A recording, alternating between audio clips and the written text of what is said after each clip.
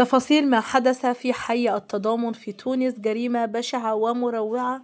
أهلا وسهلا بحضراتكم. قبل أي تفاصيل لايك للفيديو، اشتركوا وفعل الجرس من كلمة الكل عشان خاطر يوصل لكم الجديد والترند. بني آدم حيوان تجرد من مشاعر الإنسانية يقتل أم وعاشت منطقة حي التضامن. جريمة قتل بشعة، أقدم الشاب على تعنيف والدته ثم قتلها. وفق المعطيات الأولية فإن هذا الابن القاتل من ذوي السوابق ومن مستهلكي مدمني المخدرات، يعنف والدته في مواقف عديدة. لا حول ولا قوة إلا بالله العلي العظيم، وحسبي الله ونعم الوكيل فيه.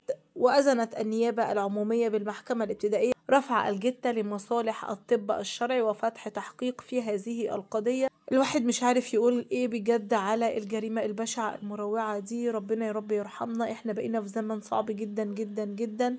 جريمة بشعة راح ضحيتها الأم بعد ما تعبت وكبرت وربت وشقيت وتعبت، يبقى ده نهايتها على يد ابنها. حسبي الله ونعم الوكيل فيه وفي كل من يفعل هذا العمل الشنيع. حسبي الله ونعم الوكيل فيه.